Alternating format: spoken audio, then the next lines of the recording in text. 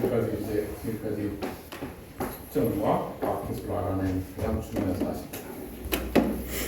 그러한 뒤에 이제 그러면 그 원자라고 하는 것이 이제 더 이상 쪼갤 수 있는 것이라고 알고 있었는데 자연스러운가 원자는. 그래서 이제 그것에 대한 실체를 파악하기 위해서 그 J.J. 함슨이라고 하는 사람이 이제 실제적으로 이러한 그 옛날 그 CRT 캐소레이 튜브라고 하는 옛날 브라운 TV라는 거를 모르겠으면 그 서울대 저쪽 뒤쪽에 가니까 그게 있던데 옛날 그러니까 옛날 TV가 어떻게 생겼는지 그래가 보면 우리 똑같이 생겼단 말이지. 그래서 이러한 장치를 만들어 가지고 이게 좀 강해야 되는 거구나. 레이저 밝기가 얘 밝기보다 이기지를 못하는 모양이에요. 그러나 여기를 잘 보면은 전류를 흐르면 저항이 있고 저항이 밝아지면 그래서 막 튀어나가는데 그 당시 이제 몰랐지만 나중에 이제 그걸 발견하게 됐고 이 엘렉트론이 튀어나가면 이 구멍을 풀어놓는 이유는 요 콜리메이션 빔을 만들어서 한 방향으로 쭉 나가게. 그리고 전기장을 가하는 이 플레이트의 길이는 여기 주어져 있는 바대로 L이고, 그래서 여기 플러스 마이너스 전압을 가하면 두 판 사이에 빈한 전기장이 걸려가지고 전기장에 대해서 전하를 가지고 있는 놈이 휜다. 힘을 받는 거지. 그리고 또 다른 사실은 전하를 가지고 있는 것은 이 자기장에 의해 가지고 이러한 힘을 받는다. 라는 걸 알고 있다는 거지. 그래서 실제적으로 잘 이해를 해보면 우리가 시간이다, 공간이다 라고 하는 양은 사실은 같은 양이에요. 그러니까 시간하고 공간의 그 컨버전 팩터는 우리가 알고 있는 상수, constant인데 그 상수가 빛의 상수일 뿐이지. 그러니까 우리가 여기서 고기를 사러 가면 한 근 주세요. 그러면 고기 한 근에 400g, 한 근이라는 단위를 쓰는데 영국에 가서 고기 한 파운드를 주세요. 그럼 파운드하고 근하고의 사이는 단지 다른 단위일 뿐이지. 그럼 둘 사이에 정확한 환산 계수를 곱하면 무슨 양이 금방 이해가 되지. 그 얘기는 무슨 얘기를 하는 것이니 우리의 속도라는 것이 우리가 몸뚱아리에 무게가 있어가지고 빛만큼 빨리 움직이지 못한단 말이지. 그렇지만 하여튼 움직여가는 속도가 있고 그래서 빛과 같이 굉장히 빨리 움직이는 광자 입장에서 보면 광자라고 하는 것의 속도는 우리가 C라는 걸 알고 있지. 컨스탄트 C. 그냥 컨스탄트랑 어떤 C라는 값. 제값들이 그게 지구를 8바퀴 반 도는 속도라는 걸 알고 있단 말이지. 그래서 광자의 입장에서 보면 그렇게 빨리 움직이는 광자는 시간하고 우리가 말하는 공간을 구분을 못해. 똑같다. 그러니까 그걸 어떻게 이해할 수 있느냐면 카메라를 들고 와가지고 태백산에 가서 태백산마을 배경으로 사진을 찍겠다. 셔터를 열어놓고 그러면 그 카메라에 잡히는 그 순간 열어놓고 있는 시간에 보면 그 사진이 찍혀 나올 때는 거기에 시공간이 같이 잡혀 있어요. 그지? 여러분은 산만 이렇게 쳐다보고 있는 것 같은데 시간이 흘러가면서 산이 있단 말이지. 그러니까 포톤의 입장에서 보면 시간하고 공간이 같은 양이에요. 그러니까 다시 쉽게 얘기하면 서울서 대전까지 2시간 걸린다. 이렇게 얘기할 수 있는 사람이 있단 말이지. KTX를 타고 가면 우선 1시간이면 가지만 하여튼 KTX라고 하는 컨스탄트하게 달리는 어떤 기차였다고 생각해보자. 그러면 어떤 사람은 서울서 대전까지 가는데 1시간 걸린다고 그 다음에 저기 대구까지 한 2시간 걸리고 뭐 이렇게 얘기할 수 있지. 그지? 똑같은 문화권에서. 근데 다른 사람은 그렇게 얘기를 하지 않고 KTX가 무슨 한 300km쯤 다닌다 그러면 서울서 대전까지는 1시간이니까 뭐 300km라고 얘기하는 사람이 있고 부산까지 2시간 걸린다 그러면 600km 이렇게 얘기할 수도 있겠지. 그래서 의사소통은 통할 거란 말이지. 그러니까 단위를 어떻게 쓰느냐에 차이여가지고 시간하고 공간이라는 개념은 우리가 저렇게 느리게 몸뚱아리에 커가지고 시공간이 다른 것처럼 느껴질 뿐이지 광자 입장에서 보면 시간하고 공간은 동일한 양이라고 동일하게 시간과 공간이 시간을 초월하고 공간을 초월하고 그런 개념이 아니지. 이제 강좌의 입장에서 보면 잘 생각을 해보라고. 생각하려고 대학을 왔을 테니까. 그리고 대학은 강의라는 게 있고, 여태까지 얘기한 대로 어느 대학은 어느 수준이 있고 그 수준을 유지하는 게 있다는 나름대로 그 강의자가 그리고 KRT에 들어오는 1학년 학생들 수준을 선생님이 알고 있기 때문에 다른 주립대학에 들어오는 1학년들하고는 엄청나게 능력의 차이가 있다는 걸 알기 때문에 가르치는 내용도 다르고 그러니까 수업에 불만이 있거나 뭐 이해가 안 되면 기초와 완투가 있고 그래도 그걸 안 되겠다 그러면 다른 강좌를 찾아가면 되죠. 수준에 맞는. 그래서 대학의 강좌 강의가 있는 것이니까. 그래서 하여튼 비서 입장에서 보면 시간하는 건 같은 양이다. 그 얘기를 왜 하느냐 하면 여기서 보면 지금 전기장하고 자기장을 저렇게 써놨잖아. 그지? 그래서 왜 여기가 이거는 지금 인데 여기 속도처럼 앞에는 두 개를 꼽혀놨단 말이야. 그러니까 서 있는 입장에서 보면은 서 있을 때는 지금 여기 서 있어 이렇게 보면 여기 전기장이지만 움직이는 사람에 보면은 이게 자기장처럼 보인다. 그래서 보통 전기장과 자기장의 크기를 할 때 보면 크기의 비를 보면 이것의 크기는 C 컨스탄트지 곱하기 B의 크기 이렇게 된다. 지금 좀 전에 얘기한 대로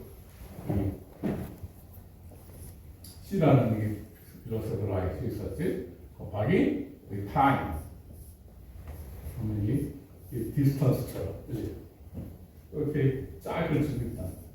이건 컨스탄트야. 재봤더니 그게 정확히 재봤더니 2.998 곱하기 10의 10cm/s라는 양이 나올 뿐이지. 그냥 컨스탄트라고 해도 마땅한 무지가 만들어졌을 때 C. 그래서 비례속도는 플러스 C. 이거를 머릿속에 이제 집어넣으면 왜 저렇게 되는 걸 안 봐요. 그러니까 움직이는 개하고 서 있는 개에서 보는 관점이 전기장과 자기장의 관점이 그런 걸 이해를 또 못하겠으면 파인만 렉처 3죠. 1, 2, 3 그리고 미국이 소련에 지고 나서 학생들이 과학이나 수학에 약한 그래서 버클리 시리즈라고 해서 또 고등학교를 졸업하고 난 대학에 들어오는 사람들을 위해서 만들어진 버클리 시리즈라는 게 있어.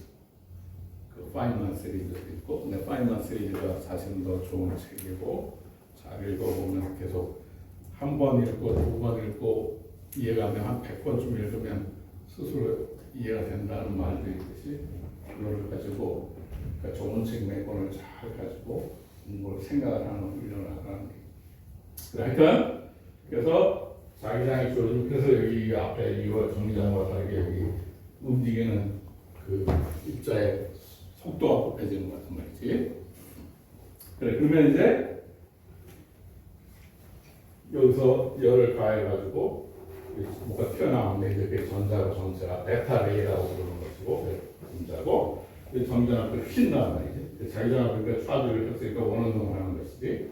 그래서 이제 보면 이 TV에 보면 이 앞에는 형광 물질이 발라져 있어 가지고 화학학을 가서 때리면 반짝반짝하면서 빛이 나면서 그게 이미지를 만드는 거란 말이지. 그래서 형광 튜브, 캐서드 레이 튜브라고 부르는 거였고, 이제 그러면 이제 우리가 이거를 J.J. 탐슨이 이제 이 정체를 알기 위해서 측정하는 요 전기장에 가해지는 플레이트 기대를 L 그다음에 여기서부터 이제 여기 들어가는 전기장을 힘을 받을 것이고 자기장에 힘을 받으니까 두 개 다 힘을 받으면 이렇게 될 것이고 그러니까 우리가 이걸 껐다 켰다 할 수도 있고 이걸 껐다 할 수도 있으니까 이게 전자적이니까 그래서 이제 이 지나가는 길을 트레젝토리라고 부르고 이렇게 수평으로 날아가는 트레젝토리를 X좌표 밑으로 떨어지는 것을 2,000평면가 Y좌표라고 하고 센터에서부터 떨어지는 길이는 스크린에서 볼 때 S라고 하자. 이게 정의는 다 측정할 수 있는 양이지 이제 이 사람이 이런 셋업을 듣고 실험을 한다.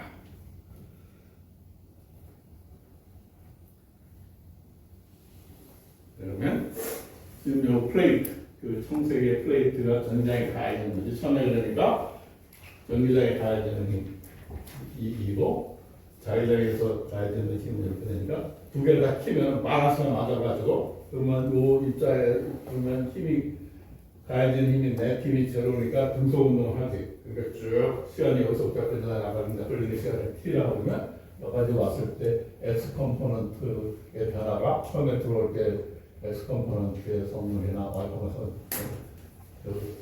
변화가 없겠지. 그래서 똑바로 날아가면 y 컴포넌트는 없으니까 여기 있을 때 y가 0이었으면 여기 t 걸렸을 때 y도 0이고 x 컴포넌트가 이렇게 주어지겠지. 여기까지 됐다. 그 다음에 이 플레이트의 센터에서부터 스크린까지의 거리를 놔줘야 돼요. 그리고 이 스크린의 센터에서부터 이 떨어지는 점 이제 힘을 받으면 이제 휘어나갈 테니까 그리고 그 거리를 S라고 부르자. 그리고 요 플레이트에 전자에 걸릴 때 플레이트에까지 날아갔을 때 요 떨어지는 DO를 라지 D라고 하는 거예요. 그래서 이제 해보면 알고 있는 대로 자유장을 끄자. 그러면 전장에 힘을 받을 테니까 전장에서 힘을 받을 테니까 힘을 받아야 되면서 이제 휘겠지. 지금 이쪽으로 힘을 받으니까 여기는 힘을 받지 않으니까 T가 제로일 때 컴포넌트나 타임이 T일 때 컴포넌트가 동일하겠지. 이쪽은 힘을 안 받으니까 지금 힘은 이쪽으로 받고 있으니까 그래서 타임이 T가 제로일 때는 VI가 제로이지만 힘을 점점 받으니까 이쪽 선물이 생겨가지고 그리고 요 VI가 요 플레이트를 나갈 때 여기 속도는 VI는 가속도 더 시간이 된다. 시간이 되겠지. 그러면 이제 우리가 알고 싶은 것이 이 오버의 전하의 질량 대 전하의 좌지. 이걸 알고 싶은 거예요. 그러면 여기서 보는 바대로 지금 이걸 껐으니까 자기장을 껐으니까 받는 힘은 그 전기장에 힘이 있고 E는 이제 M의 이걸 놓고 달려가고 있지. 그래서 이제 이 식은 이 식으로부터 E 오버 M은 E 오버 A 이렇게 되겠습니다. 그 다음에 여기서부터 이렇게 해서 쭉 해서 떨어진 이 플레이트를 막 지나갈 때에서 Y 방향으로 떨어진 거를 D라고 해요. D는 여기 중심을 y 컴포넌트 0이라고 그러면 0 더하기 2분의 a t 제곱 이렇게 되니까 b는 2분의 a t 제곱 되게 그러면 여기서 a 대신에 이 a 대신에 r는 양을 바치기 하는 거예요. 그러면 이제 t가 여기 l을 지나는 거리니까 t는 l 오버 vx 그래서 다시 여기 T를 가르쳐.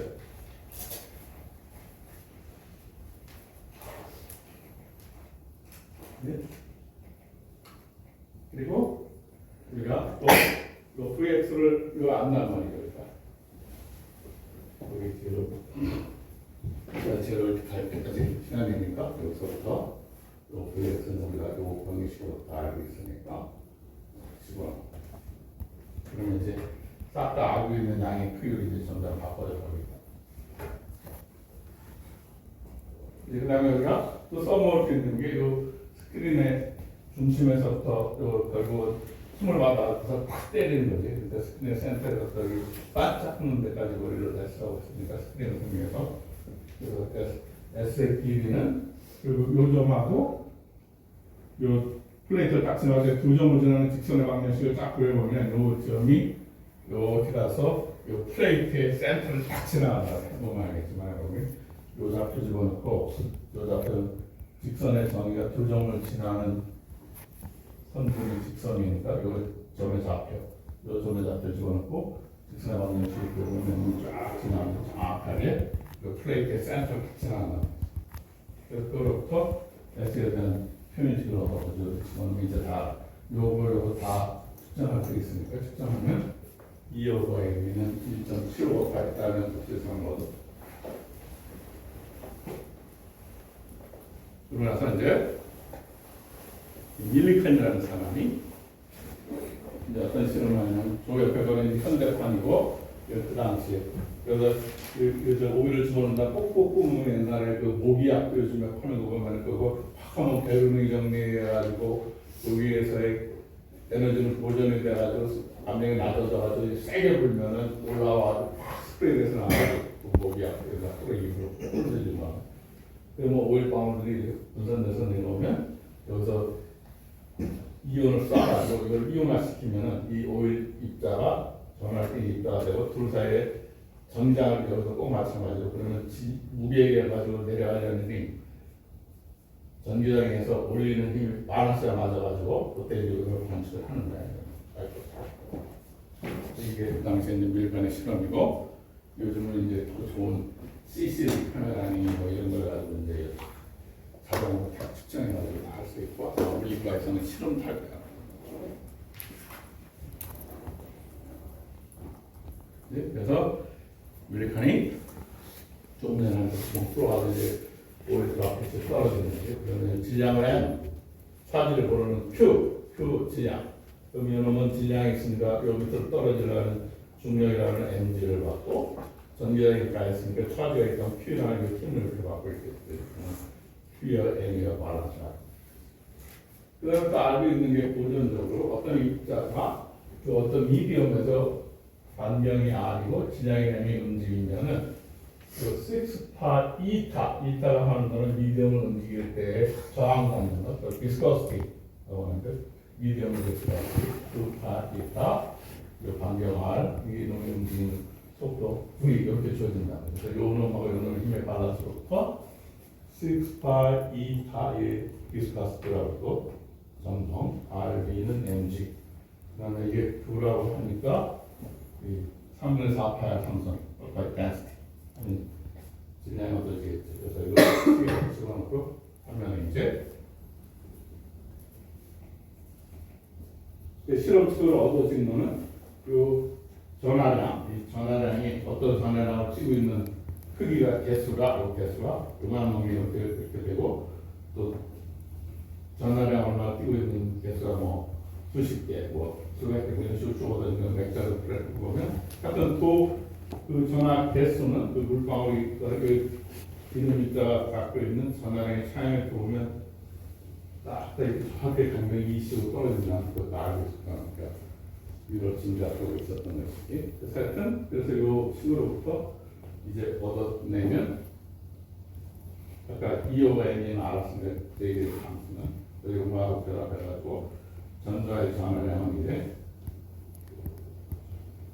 전하를 띠는 최소의 알갱이 전자고 전자 하나가 갖고 있는 전하량을 측정하는 단위는 그 MKS 유닛에서는 플롱이라는 걸 쓰고 ESU에서는 ESU 또는 EMU static 하루 유닛을 쓰는데 그때는 300분의 1 EMU 이렇게 되지만 하여튼 MKS 유닛에서는 전자의 전하량 1.6 곱하기 10의 마이너스 19승 플로 이거는 의역을 했네. 그런 소리.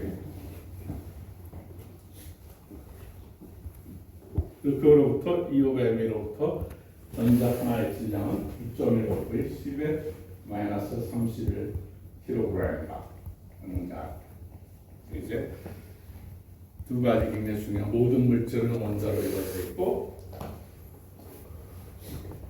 전하의 가장 작은 알갱이는 전자고 전자만 나누는 전하량은 1.1 곱하기 10의 19승 플롱이고 전자 한 개의 질량은 6.1 곱하기 10의 31kg. 정말 정확. 자, 더 이제 측정 장치가 더 정교해지면 이 단위를 더 정교하게 측정하고자 할 필요성이 이제 생긴단 말이지. 그래서 여기 쓸데없이 지금 뭐 1.60217 이렇게 써는 게 의미가 없는 게 아니라 이게 사실 측정할 수 있는 장비로 이제 정확히 된 거라. 더 많은 교수자를 필요할지도 모르는데 하여튼 일단 편의상 한때 1.6과 19승 정도만 알고 있어도 굉장히 쓸만하다. 전자질량도 9.1 곱하기 10의 마이너스 36kg이다. 여러분들이 학관에 가서 한 끼 먹을 때 1,000원 내야 먹는다는 걸 기억하고 있듯이 기억해둬야 되는 말이죠. 그래야 생각하는 데 힘이 되니까. 그래서 이제 그 알고자 하는 굉장히 중요한 질량의 양자, 원자, 전하의 양자, 전자의 정체를 정하게 합니다. 그래서 이제 그러고 난 뒤에 그 J.J. 탐슨이라는 사람이 초대 캐ven디시 랩의 소장을 했던 사람이고, 그 어니스트 러더포드라는 사람은 뉴질랜드에 있던 촌놈인데, 그 J.J. 탐슨이라는 사람이 뉴질랜드 촌놈이지만 영년방에 하나니까 영국에서 공부를 하고 있을 때 J.J. 탐슨이니까 훌륭한 사람이 훌륭한 제자를 따라오듯이 픽업해가지고 이 뉴질랜드 촌놈을 키워가지고 이 사람이 나중에 또그 J.J. 탐슨 문화에서 캐ven디시 랩의 소장이 되는데, 이 뒤를 또 이 사람이 잘 운영해가지고 굉장히 중요한 또 그 학자들 잘 리크루트하게 되는, 하여튼 어니스트 러더포드 시골 뉴질랜드의 촌사람이 뭘 했느냐, 그 힐륨 원자 핵, 여기 있지, 힐륨 원자 핵, 전자는 떼어내고 원자 핵만 갖고 있는 이 힐륨의 원자 핵을 뭐라고 다른 말로 부르냐면 알파 파티클이라고. 아까 우리가 베타레이, 당시 몰랐으니까 베타레이라고 했지만 전자승이라고 알고 있겠지. 그래가지고 그 당시에 금속이라고 하면 굉장히 빡빡하다는 걸 알고 있으니까 거기다 대고 이 힐륨 원자를 뜯으라고 했더니, 일부는 이게 그러니까 금이라고 하는 금박은 금이라고 하는 한 가지 종류의 원자로 이루어져 있는 순물질이고, 이 원자에 대고 막 뜯으라고 했더니 일부는 이게 백스캐터 튕겨나오고, 일부는 그냥 스쳐 지나가기도 하고, 일부는 여기 보면 영향을 받아서 휜단 말이에요. 브락션 돼가지고. 그래서 여기 다시 보여주면, 이 구멍을 뚫는 이유는 이 지금 빔을 알파 파트를 만들면 이 빔이 퍼진다는 거지. 퍼지니까 모으기 위해서 구멍을 뚫는 거니까 여기를 지나가려면 이 구멍에 맞는 놈만 지나갈 거 아니지. 그걸 조준한다고 이제 여기다 조준해가지고 구멍을 뚫는 놈만 지나가는데, 이렇게 흩어져 같은 놈을 굉장히 패러하게 지나가는 걸 만들면 여기서 이렇게 즉 백스캐터 되고 스캐터 된 거를 정찰로 명확히 밝힐 수 있을 거 아니야. 그래서 진짜 그래도 뜯도록 해봤더니 백스캐터 되고 휘어나간다는 게 영향을 받았으니까 휘거 아니야. 아무것도 아니면 되지 않을 텐데.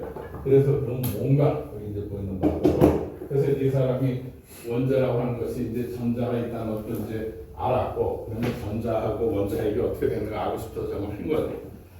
구체적으로 이렇게 해보는 다음에 디테일 어널리시스 해봤더니, 그 휘는 각동이 이걸 갖고 다 해봤더니 프로톤의 수하고 엘렉트론 수가 같고, 그러면 애톰 넘어라. 그 다음에 이제 이 사람이 요 슬라이드는 이 정도로 이해하고 분석을 한 다음에 이거를 당시 이제 그러면 생각할 수 있는 방법이, J.J. 탐슨이라는 사람이 원자라는 모든 물질은 원자로 이루어져 있고 원자는 전자로 이루어져 확실한데, 이렇게 푸딩이라고 하는 그 미국 음식 중에 푸딩이라는 음식이 있어. 모르면 슈퍼마켓에 가서 푸딩, 바나나 푸딩 이런 걸 사 먹으라고 해요. 그러면 바나나가 으깨져 있는데 무슨 버터도 막혀 있고 그런 걸 푸딩이야. 이렇게 생겼어. 범퍼다라고 생각하면. 그래서 J.J. 탐슨은 이렇게 생겼다고 생각했고, 아까 러더포드라는 사람은 요 핵이 있고 전자가 있는데 이렇게 궤도를 갖고 있을 거라고 생각합니다. 근데 궤도가 있다는 얘기는, 이 궤도가 있으면 지금 이 궤도에 전자가 이렇게 뱅글뱅글 돌고 있다는 순간순간 전자가 이렇게 돌면서 방향이 바뀌지. 그 방향이 바뀐다는 얘기는 힘을 받는다는 얘기고, 힘을 받는다는 엑셀러레이션이 있지. 그러면 엑셀레이션이 있다는 얘기는 힘을 갖고 엑셀레이션이 어느 순간에는 만약에 이런 모양 상태라면 뱅글뱅글 돌다 이것을 딱 잡힐 거야. 근데 이 사람이 주장은 이렇게 생각할 때 이것도 틀렸다는 거야.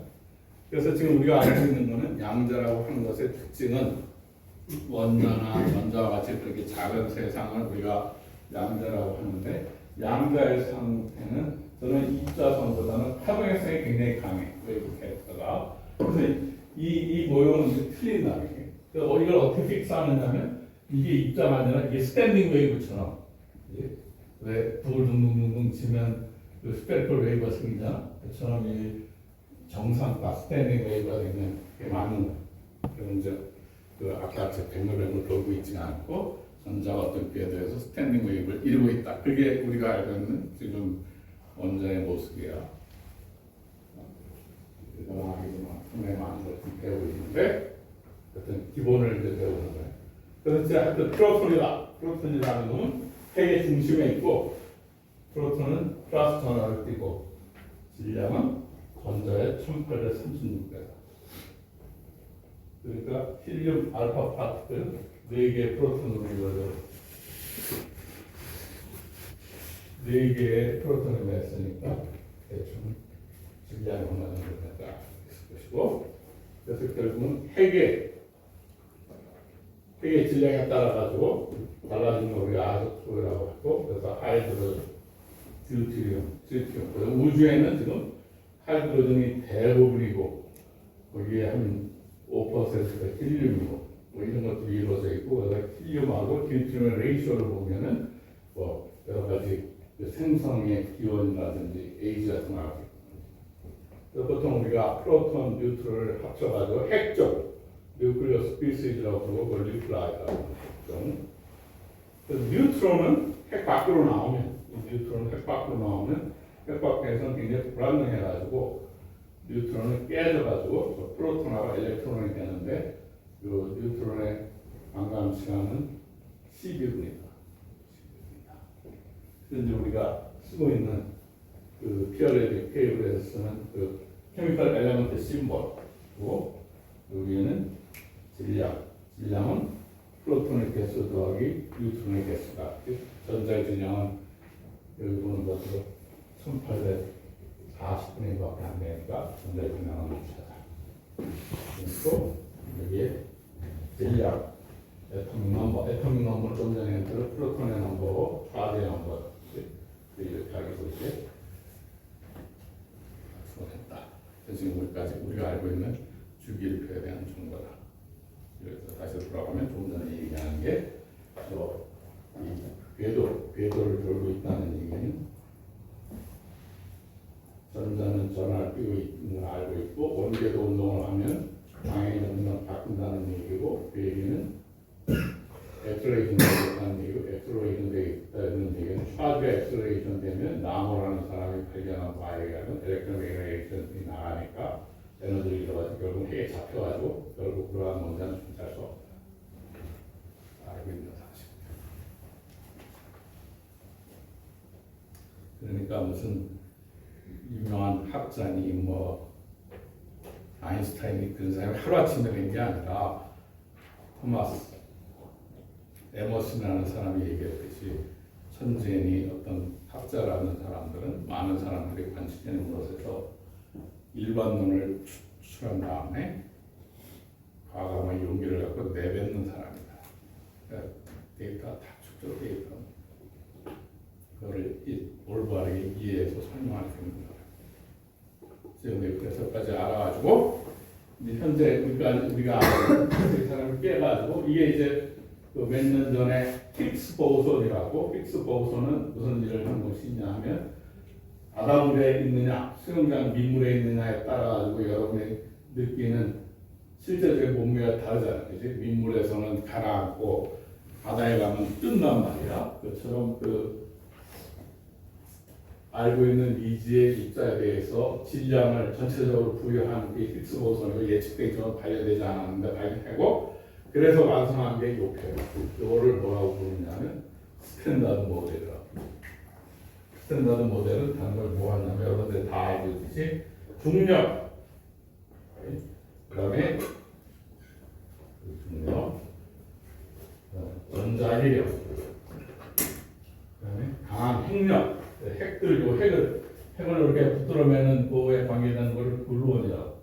핵자들 이렇게 프로톤, 뉴트론이 핵 안에 있지. 그런데 떨어지지 않는 놈이 글루온이라는 놈이 강력한 스트롱한 소스에서 잡혀 있는 거예요. 그래서 요거가 우리가 지금까지 받아들이는 이유고 앞으로 물리나 핵물리나 핵과학하는 사람들 해야 되는 일이 여기 보면 지금 당 매트라고 해가지고 우주의 23%, 그다음에 닥 에너지 우주의 에너지 73% 이걸 더하면 96%에 따른 걸 우리가 몰라.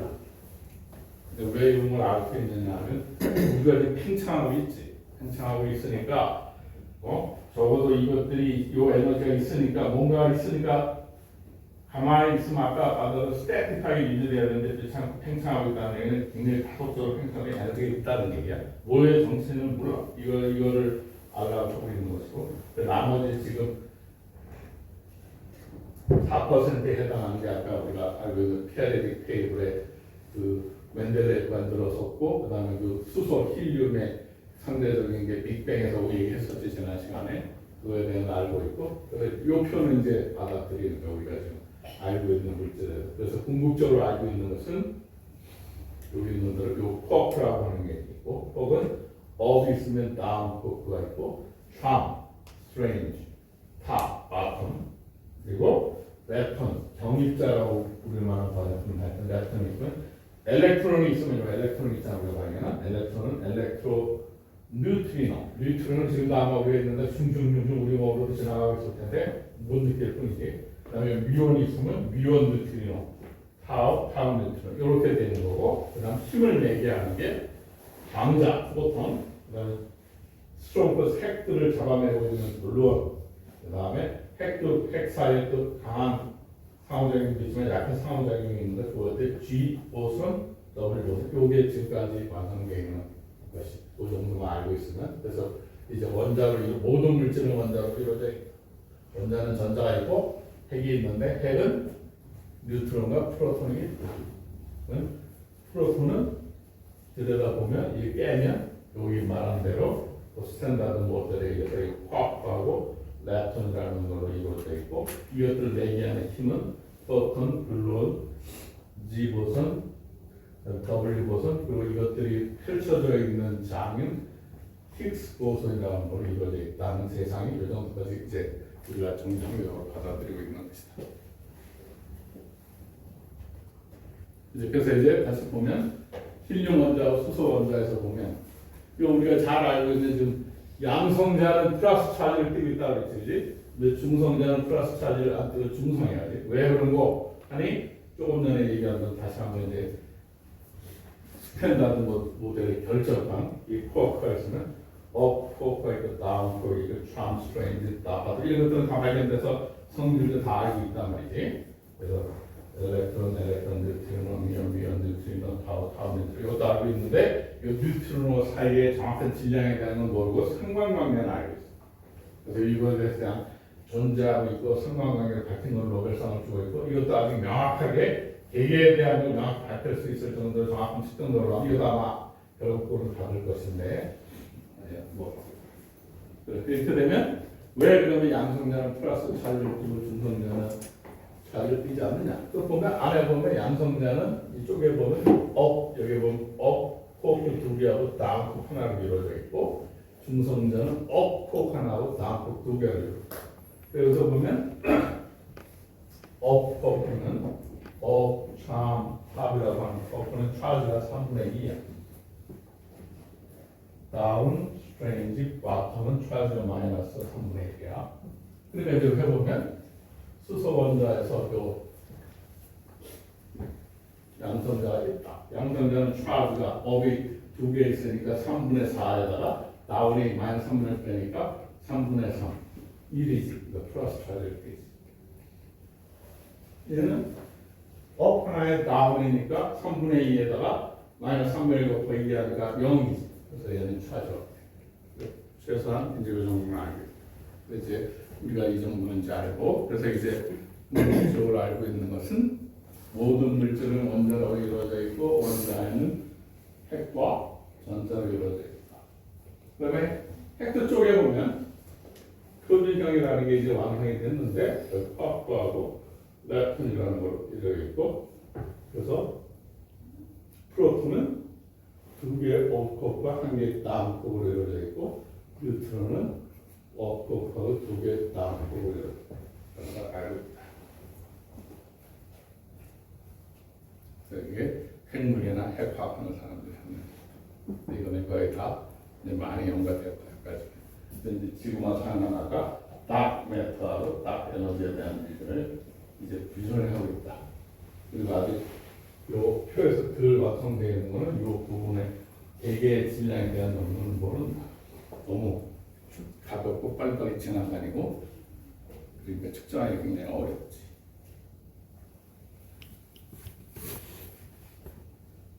그러면 이제 우리가 이제 요새 와서 머스크가 무슨 뭐 스타링크 엑스니는 이제 우주에서의 우리의 위치를 알아야 돼. 우리의 주소. 이제 지구에만 살고 있는 게 아니라 앞으로는 이제 우주에 있어서의 우리의 주소를 밝게 될지도 모른다. 지금 보면 여기가 카드미움 프라이드나이라는 게 빅뱅이지. 45억 년 전에 터졌다고 터져가지고 번져가고 있습니다. 우주가. 그 중에 요 부분 근처를 확대해 보면 우리가 석판 클러스터는 6천만 년 나이가 요 벌그 클러스터라는 것이 있는데 벌그 클러스터 여기 보면 벌그 텔레스코프 요게 해당하는 벌그 클러스터 여기 지금 보면 50억 년 넘게 이제 퍼져져 있던 빅뱅이 지나가거든. 어마어마하게 이러한 클러스터들이 굉장히 많은데 그 중에 그 클러스터 중에 하나인 벌그 클러스터가 있는데 버그 클러스터 뒤탱이에 로컬 그룹이 있는데 여기에 우리의 밀키웨이가 여기 있고 밀키웨이 요 뒤탱이 여기쯤에 오리온 스파이럴 암이라고 하는 오리온 자리 알잖아요. 여기에 근처에 우리가 이제 보는 바대로 태양계가 형성되고 그 태양계에 우리 지구 어딘가에 대한민국 어딘가에 행입니다. 그래서 우리가 보면 이 큰 유니버스에 그냥 조그만 그냥 먼지 덩어리 하나밖에 안 되는 우리의 존재라고 하는 것이 그래서 이제 우리의 우주에 있어서 우리의 그거는 저렇다 우리의 위치가 신기롭기도 하고 어마어마하기도 하는데 우리의 우주에 있어서 우리를 잘한다. 그래서 이제 밤하늘에 뭐 소백산을 올라가든지 하면 밤하늘에 이렇게 보면 이제 밀키웨이가 있고 보면 이렇게 불그스름하게 보이는데 이 불그스름하게 보면 대부분이 수소가 많다고 했지. 수소에 아까 그 궤도 세계로부터 n equal 1, 2, 3 얼마나 가까운 원궤도가 있느냐 그냥 편의상 궤도라고 얘기를 하는 거야. 그러면 n equal 3이라는 궤도에서 n equal 2라는 궤도로 떨어질 때 나오는 빛이 불그스름한 그 원자의 크기가 수소인데 그 수소 애텀 n equal 3이라는 상태에서 2로 떨어지는 데는 그 빛을 내는 그 수소 애텀의 크기는 마이크로미터 정도 되네. 보통 우리가 가장 작은 수소 우리가 알고 있는 가장 안정한 원S 일렉트론의 수소 그러니까 엘렉트론이 가장 가까이 붙어 있는 거죠. n equal 1인 그거는 보어 레디어스 그래서 옹스론 정도라고 하는 이제 원자의 크기를 근데 이런 수소는 우주에 있는 그스름하게 보이는 이 수소는 크기가 마이크론 정도 된다 이 말. 그러니까 다 같은 수소가 아니다. 수소가 굉장히 중요한 것은 이제 맹물을 분해해가지고 다시 맹물을 전기화학적으로 태워가지고 에너지를 얻는 하이드로전 이코노미 요새 많이 나온단 말이죠. 그리고 실제 와 있고 앞으로 여러분들 세상에는 수소를 싣고 다니고 뭐 하는 세상이 될 텐데 그러면 이제 수소를 태워서 다시 물이 되면 물을 다시 분해해서 그러니까 물을 그래서 분해하는 거는 전기화학적으로 분해하는 거야. 그럼 에너지가 전기가 필요하지. 그 전기 어디서 와? 결국은 퓨얼셀을 만들거나 아니면 지금 석탄을 태워가지고 하고 있는 거지. 근데 그거는 아니면 태양광 리뉴어블 에너지를 가지고 하기도 하고 그러려고 그러는 거야. 그러니까 얼마나 이펙티브하게 다시 물을 분해해서 수소를 만들고 태우는 거는 전기화학적으로 태우는 입시한 시간 80%까지 가니까. 그렇지만 지금 전기를 발생하기 위해 가지고 석탄을 태워가지고 하는 인터널 컨버스턴 엔진은 유용화 같은 경우는 없어졌는데 해봐야 제일 만들어봐야 엔진 해봐야 이피션시가 16%밖에 안 되는. 근데 우리 몸뚱아리는 밥을 먹으면 글루코스로 분해해서 뭘로 바꾸냐면 ATP로 바꾸지. 우리 몸뚱아리는 이피션시가 44% 정도 돼. 하나의 글루코스를 먹으면 한 40개 ATP를 만드니까 굉장히 이피션하다. 근데 전기화학적으로 되면 한 80% 정도 되고 핵발전하는 경우는 그것도 한 스팀을 굉장히 높은 온도까지 하니까 한 60에서 80% 정도 되는 거예요. 뉴클리어 발전은. 하여튼 그래서 어쨌거나 이 엄청나게 많은 수소가 있으니까 이 이 수소를 가지고 뭘 하려고 하는데 수소 원자 이제는 다양하다 이렇게 크게 생각을 불그스름하게 보이는 것은 수소다. 그러면 앞에 뭐가 있느냐 좀 전에 대로 그래서 이런 것들이 호기심이 있어서 많이 보면 선진국이라는 나라는 문화의 빛을 밝히고 있단 말이에요. 돈을 가지고 술 퍼먹는데 재벌과 사람들 술 퍼먹는데 돈을 쓰는 게 아니라 돈을 내서 무슨 기관을 만들어가지고 이런 기관을 만들어가지고 문화를 밝혀준다는 거예요. 찾아가는 www.배가더오알리는 하면 무료일 것이고 그 다음에 이렇게 슬라이드가 있는데 상대적으로 여기 써놨지. 수소의 양을 상대적으로 1이라고 그러면 힐륨은 한 15%, 금은 10여만 11수, 많다고 하는 철도 100만 마 정도밖에 안 돼요. 하여튼 상대적으로 좀 그렇게 돼 있다. 그래서 우리가 지금 하는 조금 전에 얘기한 그 빅뱅이 빵 터져가지고 행이 10-31세컨드에 요빵 터져서 이제 그 카드미 인플레이션 우주가 팽창되는 게 이제 다 끝나니 뻥 터지고 난 다음에 이 정도에 멈춰가지고 그때 요때를 보면 여기에 있던 그 백그라운드 카드 레이 백그라운드가 마이크로웨이브로 받아가 그 방식한 거 그 당시 요 투명하게 홀에서 로벨상을 줬지. 우주 큰 레이 백그라운드 마이크로웨이브 분포라고 해가지고 그 다음에 마이크로 세컨드가 되면 이제 프로톤이 만들어지기 시작했었고 100초 정도 되면 이제 듀트로늄이 뭐 여기 힐륨, 뭐 리튬 등이 이제 이때 이제 존재하기 시작하면서 우리가 주기율 표에 보고 있는 오리진들이 있게 되고 그 다음에 스타는 언제 만들어졌느냐 100만 년 전 터지고 나서 100만 년 500만 년쯤 돼서 이제 우리가 갤럭시 정도가 만들어졌고 지금 대충 한 45억 년 정도 된다는 걸 우리가 알고 그게 우리의 현재가 이 정도로 우리가 알고 있고 여기서 하고 있으니까 이제 이러한 그 무슨 엘레먼트가 어디서 오고 그걸 찾으면 그래서 요새 무슨 뭐 달에 가가지고 희귀 원소가 어쩌고저쩌고 그 얘기를 하고 있단 말이지 지금. 여러분의 세대 때는 100살, 150살까지 살 테니까 남의 얘기가 아니다. 그래서 항상 우주에 밖에는 뭐가 있느냐. 그러니까 실제적으로 지금 우주에 보면 이게 대학생들이 스펙트로스코피 분광하는 사람들이 일렉트로매그네틱 레디에이션을 관측합니다.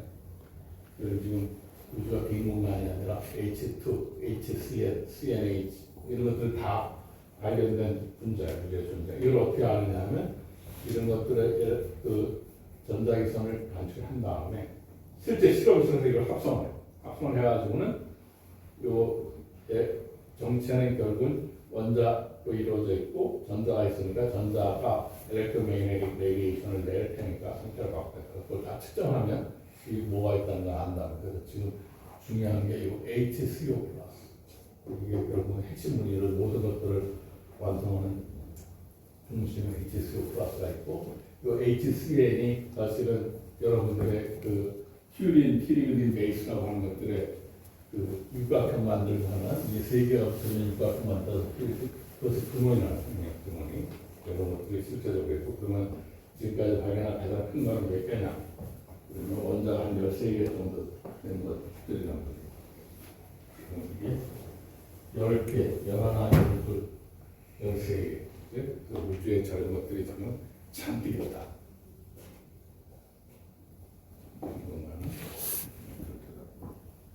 빈 공간이 아니다. 양은 적겠지만 있다. 그러면 이제 우리가 갖고 있는 STM이라고 하는 이 툴을 펼치고 있는데 이거는 만들자마자 상을 굉장히 빨리 준비하는데 표면을 들여다 아까 말했던 표면을 들여가지고 이 표면의 간극에 따라 가지고 얼마나 뾰족하게 만드느냐가 원자를 볼 수 있는 없느냐니까 굉장히 뾰족하게 만들어요. 원자를 끝나도록 만들 거야 원자를 볼 수 있을 테니까. 그렇지만 그보다 사실은 원자를 안 끝나더라도 둘 사이 간격 사이에 흐르는 전류가 지난 시간에 얘기한 대로 엘렉트릭 센서티브, 엘렉트릭 카파 D지 그 익스포넨셜 함수로 센스티브 하니까 리니어가 아니라 그러니까 굉장히 센스티브하단 말이에요. 그러니까 실제로 하늘은 칼같이 먼저 끝나서 해서 먼저 굴곡을 따라가서 보면 좋지만 그렇지 않아도 이 간격이 D라고 하는 건 굉장히 익스포넨셜 센스티브 하니까 사실 조금 더 뭉툭해도 이 원자의 피처를 볼 수 있다는 얘기를 하는 거예요. 그래서 레프트판의 그 원리를 해서 피에조 튜브를 가지고 일단 만들어서 이미지를 봐가지고 그래서 이런 거 하는 거를 서페이스 또 화면을 이런 디스크를 다 가지고 있다.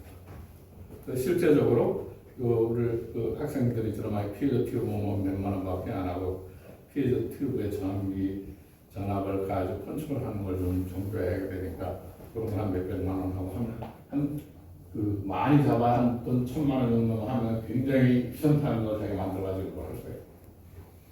굉장히. 근데 실제적으로 이걸 프로모션을 사면 1억 5천 이렇게 다. 그러니까 결국 선진국이라고 하는 나라는 값싼 그런 재질을 가지고 자기의 그 휴먼 인텔리전스를 집어넣어서 비싸게 팔아먹는 거예요. 그러니까 뭐 굿즈니 무슨 뭐 여러분들이 옷 입고 다니는 거 그 재료 값은 얼마나 되겠어 또 그지? 근데 거기에다가 자기네 그 생각을 집어넣어가지고 재료는 한테 1,000원에 사가지고 와가지고 10만 원 받아먹고 이러니까 열심히 노동해서 하는 나라는 힘들게 살고 그런 나라는 적당히 그렇게도 먹고 사는 거냐. 그러니까 비행기 같은 거에 너트 조이고 이러는 거 하나 가격은 뭐 몇 센트도 안 할 텐데 비행기 만들어 팔면 거기 들어가 있는 너트나 볼트는 뭐 몇십 불이 되니까 그걸 하는 나라가 선진국인 거지. 그러니까 휴먼 인텔리전스 집어넣어가지고 하여튼 이걸 만들어가지고 서피스를 볼 수 있다. 그러면 무엇까지 할 수 있느냐? 그럼 지난 시간에 이렇게 팁을 만든 다음에 그 팁을 가까이 가져와서 그러니까 표면에서 이제 반응을 해보겠다. 그러니까 imaging controlling reaction at the single molecule. 실제적으로 우리가 하고 있는 여보그룹은 세계적으로 지금 한 10개쯤 될 것 같은데 이따 말이에요. 실제적으로 템플 리액션 이제 보면서 하는 거지. 그러니까 은으로 만든 은 표면 위에 철 같은 걸 바꿔놓고 팁을 가져와가지고 CO 분자를 이렇게 픽업하는 거죠. 분자 하나. 픽업해서 자기가 원하는 철로 쫙 가져와서 저기 있는 데다가 그래서 다 가져와가지고 여기 둘 사이 전압을 가하는 거예요. 탁 하는 순간에 떨어져가지고 술에 CO를 이렇게 그러니까 표면 위에서 FeCO라고 하는 케미컬 본딩을 만드는 거죠. 그러니까 표면 위에서 그 싱글 그 단 분자 수준에서의 화학 반응을 은밀하게 연구할 수 있게 됩니다. 단지 이제 이것의 이제 문제점은 뭐냐면 지금 사실은 이게 준비했었을 때 이게 은이고 철이 어디 있다는 걸 알아. STM은 그것에 대한 정보를 몰라. 단지 애터믹 레졸루션을 가지고 이게 이미 알려져 있는 걸 갖고 조작을 할 수 있는 것이지. 그러니까 케미컬 컴포넌트, 엘레먼트 정보를 알 수 있으면 좋은데 그거까지 할 수 있으면 이것도 다시 로벨성을 줘야 되는 일. 아마 그런 일을 우리 그룹도 해왔었고 하고 있는. 그러니까 결국 이걸 가져와서 이걸 탁 찍으면 와서 하면 여기 미리 다른 분석 방법에서 알지 않았어도 이건 이렇게 이걸 가지고 알 수 있게 되면 그러면 굉장히 파워풀한 거예요. 그러니까 원자적 이미지면서 그 원자가 무슨 원소인지 안다. 그것까지는 아직 안 돼. 그걸 할 수 있으면 굉장히 파워풀한 툴이 되고 그래서 결합해서 뭐 하려고 굉장히 많은 노력을 하고 있지. 뭐 세계적인 그 IBM 인류 대학에서 다 그런 일을 하고 있는데 아직까지는 쉽게 되지 않고 이 정도는 이전에 다른 방법을 알고 있고 원자나 분자를 조작할 수 있는 좋은 기기니까 원자 수준의 대입하는 것을 실시하고 있다.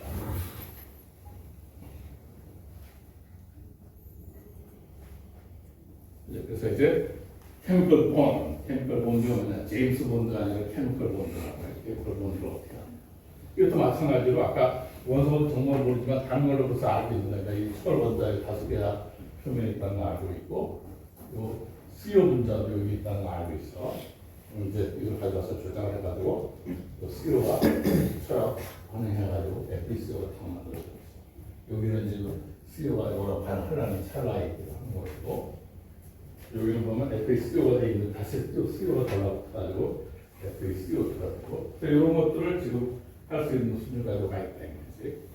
굉장히 FeCO는 있는 건 굉장히 중요한 것은 이게 모델 시스템이 되는 게 우리의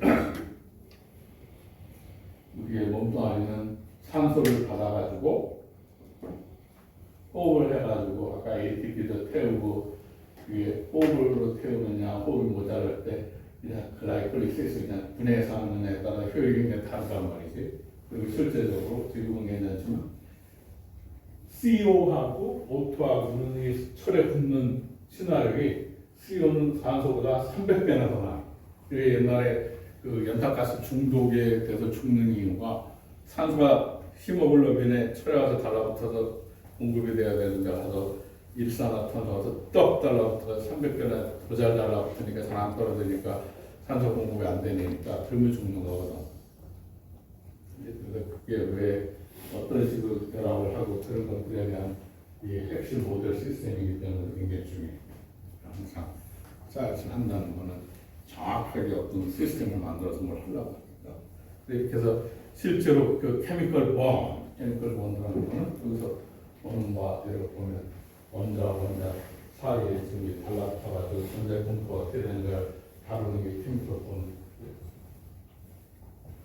실제적으로 이런 일들이 다 있다. 그래, 그러면 이제 빛이 뭐냐?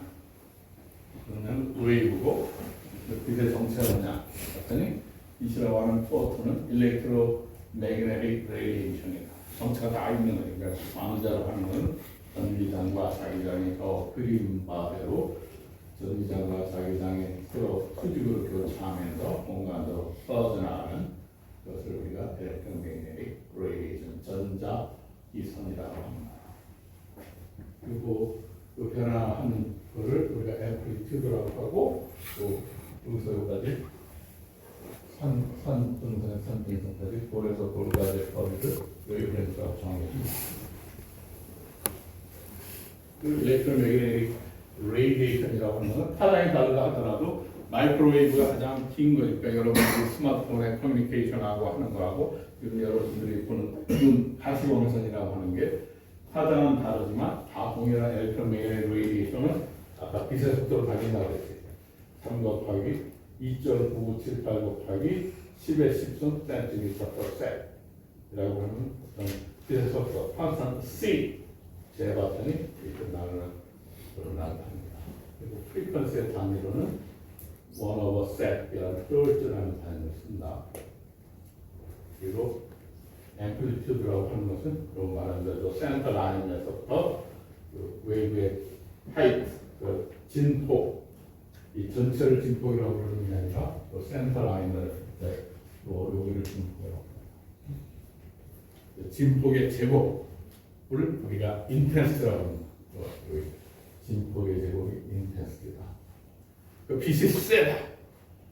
그 얘기는 뭔 얘기를 하는 것이냐 하면 그 웨이브에서는 앰플리튜드 제곱이 크다는 얘기지만 빛은 또 웨이브지만 우리가 입자를 볼 수 있으니까 빛이 세다는 얘기는 포톤의 개수가 굉장히 많다는 거예요.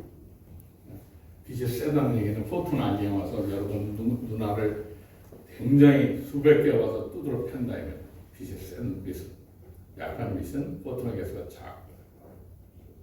그걸 알고 있으면 일렉트로매그네틱 레디에이션은 정체가 파장에 관계없이 스피드 오브 라이트 C로 나간다. 그러니까 요즘 와서 전자칩은 전자 움직이는 속도에 의해서 결정이 될 텐데 정보 전달 속도가 그거보다 더 빨리 하려니까 이제 포톤을 쓰려고 하니까 포토닉 크리스탈 또는 와이어를 옵티컬 파이버나 이런 걸 써가지고 칩 사이의 전달을 포톤을 써서 하려고 하는 거예요. 옵티컬 커넥션, 일렉트리컬 커넥션 대신에 그래야 훨씬 더 빨리빨리 합성해서. 그러면 이제 우리는 이제 가시광선이 아니고 우리가 볼 수 있는 거는 400에서 딱 파장으로 하면 400나노미터에서부터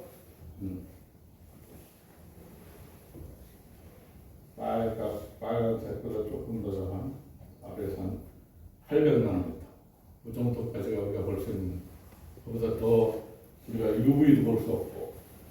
그런데 벌은 본다면 벌은 UV 광선을 볼 수 있는데 여러분 눈에는 안 보여도 내가 못 보니까 남도 못 보겠지가 아니라 벌은 본다 이거예요. 우리가 코끼리도 마찬가지고 여러분이 아무리 달달달 우리가 들을 수 있는 가청 주파수는 20Hz부터 2만 Hz 가는데 코끼리는 2Hz부터 우리가 그보다도 더 작은 주파수 들을 수 있으니까 멀리서 보는 걸 다 들을 수 있단 말이에요. 그러니까 우리의 감각 기반으로 남을 판단하게 되니까 문제가 생기는 것이지. 그러니까 하여튼 우리 눈으로 보고 판단할 수 있는, 그러니까 그걸 옵틱스라고 그러죠. 옵틱. 가시광선 400에서 800나노의 빛을 우리가 볼 수 있는.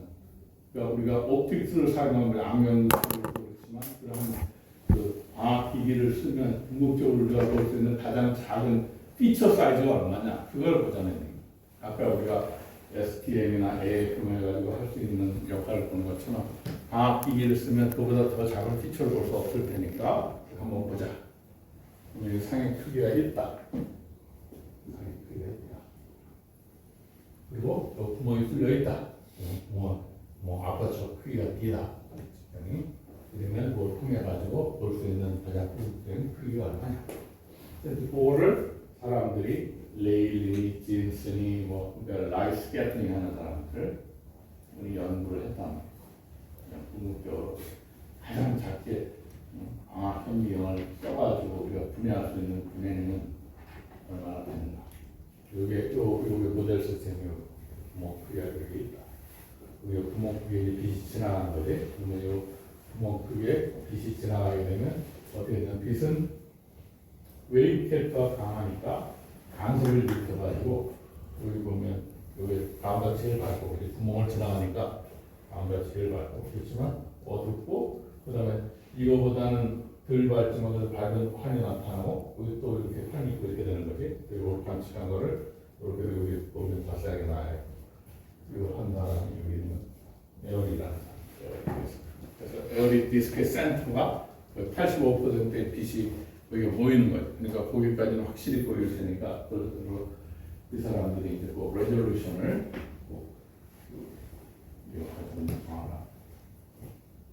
그러면 이 구멍을 지나가가지고 이렇게 지금 밝고 어둡고 밝고 이때 나타나면 제로가 어디에 나타나느냐. 이제 보통 그래서 수학을 이미 많이 한 사람들은 알겠지만 여기 스피어나 시메트릭을 한 경우는 베셀이라는 사람이 연구를 많이 해가지고 베셀 성면이 수학적으로 많이 나타나면 그런 것들을 다루는 게 여기 스피어나 서피나 이런 것들이란 말이지. 베셀 펑션을 들여다보면 그 재료가 나타나는 거 베셀 J1 감마라고 쓰는 게 베셀 펑션인데 또 베셀 펑션의 또 베셀 펑션 값이 0이 될 때 감마의 크기가 요 감마가 0, 3.83이 이렇게 되는데 감마는 이렇게 정의되는 양이고 KR 사인 세타고 K는 람다고 2파이 한 파장 내에 파가 몇 개 들어있느냐 그게 파수 K지. 그래서 그렇게 해서 해보면 누가 또 이렇게 환산을 보면 사인 세타라는 값이 1.2 람다 오버 D 일 때 2.3 람다 D일 때 0이 나타나는 거예요. 그걸 한번 따져보자. 그리고 구멍을 지나가는 그 구멍을 지나가는 이미지를 만든 거 그걸 갖다가 여기 보면 요 아까처 크기 2차원이니까 중적변 써가지고 요 아까처 모양 그래서 여기서 이렇게 내려가는 걸 Y 이렇게 하는 걸 X 이렇게 나타낼 거니까 이렇게 하면 어떤 컨스탄트가 있고 그리고 구멍을 지나가는 모든 그 파의 크기의 합을 다 하면 그러니까 여기가 지금 요 빛을 쫙 껴주면 빛이 온 다음에 빛이 와가지고 구멍을 통해가지고 이미지가 얻어졌지. 그리고 여기 지나가는 모든 파장에 아까 앰플리튜드의 제곱이 인테스트니까 그거는 그파 지나가는 파형을 느껴주는 이 IKR 이 IKR이라는 이 파가 이거 싹 지나가니까 그래서 요것을 2차원으로 그래서 아파쳐 그러면 여기를 중심으로 놓고 방향이 R이니까 또는 D 이전하게 그러니까 마이너스 R짜리 IK 그래서 센터에서부터 여기서 쭉 변해가는 길이 여기서부터 여기서부터 R이면 이제 쭉 여기서부터 이렇게 이걸 쪼개가지고 이렇게 쭉 내려갈 것이고 그 중심에서부터 여기까지를 R이라는 거니까 이거 중적을 하는 거예요. 그러니까 여기에 파 이렇게 생긴 파가 여기 떨어진다. 그러면 전체적으로 다 떨어졌을 때 값이 얼마나? 그걸 이제 수학적으로 나중에 불리겠어. R이라는 값은 이제 정의되어 있는 대로 보면 R0 더하기 여기까지 R0고 요 길이가 Y sin Z 되니까 집어넣어 R0. 그다음에 DA 요만큼을 DY라고 했으니까 이렇게 쪼개놓고 보면 요 길이 곱하기 이 길이가 요 길이 곱하기 요 길이 하면 사실은 정확히 하는 직사각형에 해당하겠지. 또 직사각형의 면적과 이렇게 보면 요 길이는 여기 R이라고 했으니까 이렇게 하면 요 길이 R이고 요 길이 R이니까 여기 구해가지고 끝난 다음에 여기 집어내고 연수 취합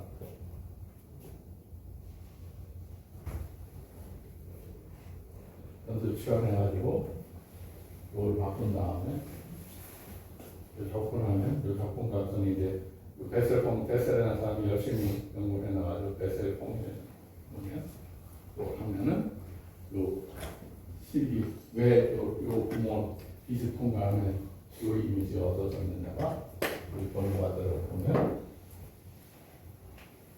베셀 펑션으로 나타나고 요 베셀 펑션은 요 빨간 선은 그냥 파가 변하는 거지. 요 인텐시티 변화. 이 제곱이 인텐시티니까 제곱한 거. 그래서 요게 요선 하나 요선이 결국 이걸 나타내는 거 이게 이거 하는. 그래서 여러분 궁극적으로는 그 0이 나타나는 퍼스트 제로가 나타나는 여기가 이제 어떻게 되는 부분이고 이게 이거예요. 그래서 결국은 이제 포장의 반만큼이 레졸루션이 된다. 그걸 보여줘.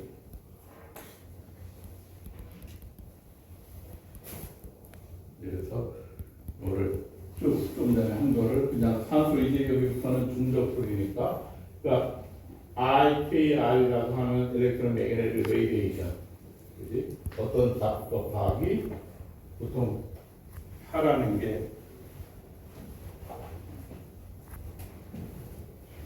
이렇게 쭉 변하는 게 사인 함수죠. 어떤 앰플리튜드 곱하기 사인 KX 마이너스 1 이렇게 되지.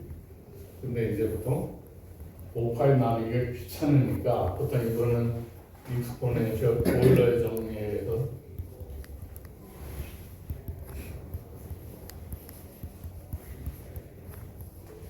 이렇게 되는 게 그러니까 이걸로 한다면 나중에 실수를 하면 여기 또 우리가 원하는 거는 시누소이드를 하게 변하는 거니까 그래서 파를 익스포넨셜 함수로 그냥 표현하면 나중에 편하게 편의상 나중에 거기서 실수만 취하면 돼.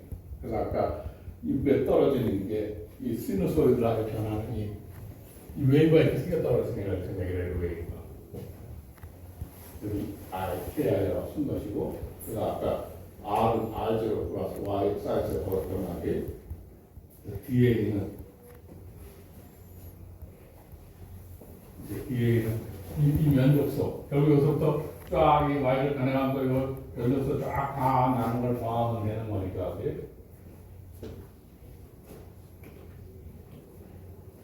면적소는 2 곱하기 R제곱 마이너스 Y제곱 DY 할 공식 되면 한 별, 직사각형 한 별, 그리고 나머지 쭉 하는 별.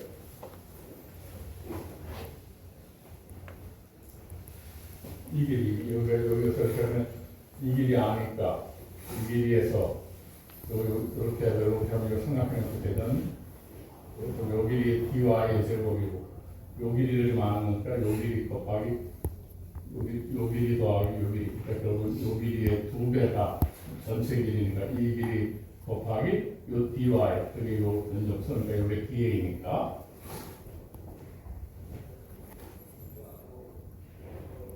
이 중적분은 뭐 그 상수가 끄집어낸 거 그 다음에 또 y제곱을 나눠가지고 이걸 푼 다음에 변수 취합해가지고 그 다음 이렇게 되면 이 베셀 공전이 항상 이렇게 생긴 거 베셀 공전을 부르기 때문에 이렇게 집어넣으면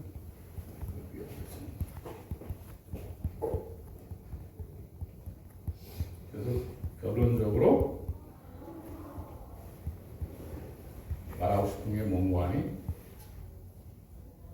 이거예요. 이게 다 이거 똑같은 아까도 다 한가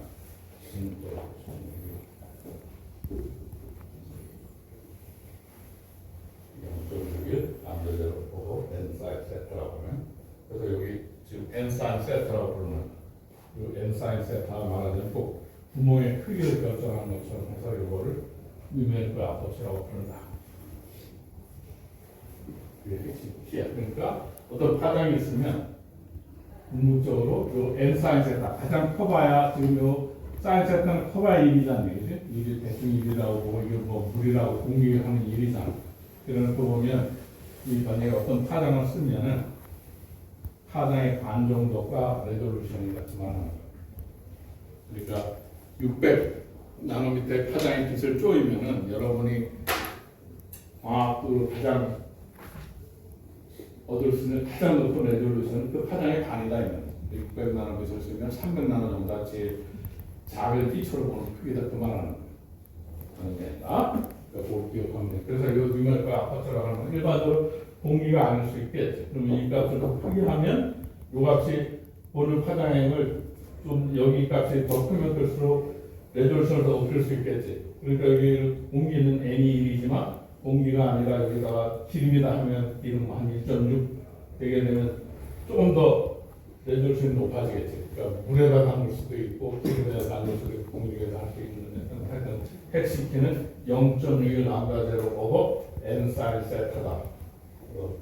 키다. 그러니까 머릿속에 기억해야 되는 거는 우리가 쓰는 파장의 반 정도가 과학 기기를 쓰면 얻을 수 있는 궁극적인 레졸루션이다. 이게 생각하면 되는 거예요. 여기까지 궁금하거나 뭐 이해가 안 된다.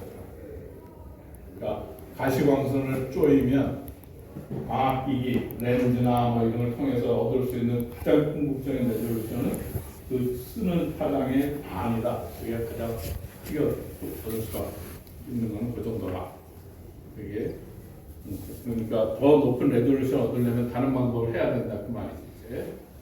그러니까 여기서도 또 그래서 여기서 보면 이걸 어떻게 할 건가를 생각한 사람이 이제 니어 필드라고 이건 이제 파 필드라고 하는 그러니까 파가 충분히 쪼여져가지고 자기가 할 수 있는 충분한 내가 여기서 사물에다 빛을 비친다면 반쪽도 멀리 떨어지고 그랬을 때 이건데 그게 아니라 이제 이 빛을 갖다가 요 사물 살짝 가까이 가면 어떻게 되느냐 아니면 반치하는 건 멀리가 아니라 더 가까이 가면 어떻게 되느냐 생각하는 관계 그게 니어 필드예요. 생각하는 사람이 그러면 결국은 파장을 쭈그려 집어넣어가지고 그러니까 내가 지금 여기 쏘여야 되는 거는 멀리 여기다 빛을 들어갔을 때 얘가 보는 것도 그 위치에서 볼 수 있는 파가 600나노 쪼였으면은 512 나노 512를 하면은 초록색이니까 512를 여기다 쪼였다. 그러면 얘는 512를 풀리 본다는 거예요. 멀리 떨어져 있으면. 근데 그게 아니라 512를 이 지나갈 수 있는 구멍을 조금만 쭈그려 쳐서 집어넣으면 그 512를 쭈그려서 한 300을 할 수도 있을 거 아니에요. 억지로 쭈그려면 그러면 그렇게 하려면 여기서 여기까지 가는데 쭈그려 놓았으니까 인텐시티가 낮아질 테니까 이걸 가까이 가야 여기다 쪼여서 빛이 있어야 볼 테니까 그렇지? 그걸 리어필드라고 그러니까 그 생각을 한 사람을 노벨상 받았다. 어떻게 빛을 쭈그려 집어넣습니까? 여러분 몸도 안에 커서 그냥 문을 통해서 그냥 지나가 내버려두는 게 아니라 그러면 그 쪼여지는 빛을 쭈그러뜨려보자. 그렇지만 여전히 초록색은 초록색이게 그러면 억지로 쭈그러 집어넣자 해서 한 게 아까 한 것처럼 뭐 피펫 같은 거를 뼈줄에 뽑아가지고 거기다가 우겨 집어넣으면 할 수 없이 바늘처럼 뿌겨 넣으면 그래도 뿌겨 집어넣으면 밀어넣으면 들어간다고 말이지. 그러면 좀 줄어든단 말이에요. 그걸 니어필더라고 그렇게 오래되잖아. 그 방법으로 그런 아이디어를 해가지고 그래서 이제 문제는 축으로 틀었으니까 그 통과량이 굉장히 적으니까 인텐시가 적어지니까 뭐 작은 양을 쪼개서도 볼 수 있냐 그런 문제가 생기겠지. 그렇지만 하여튼 그런 걸 해서 볼 가능성이 있다 해서 그걸 정확하다.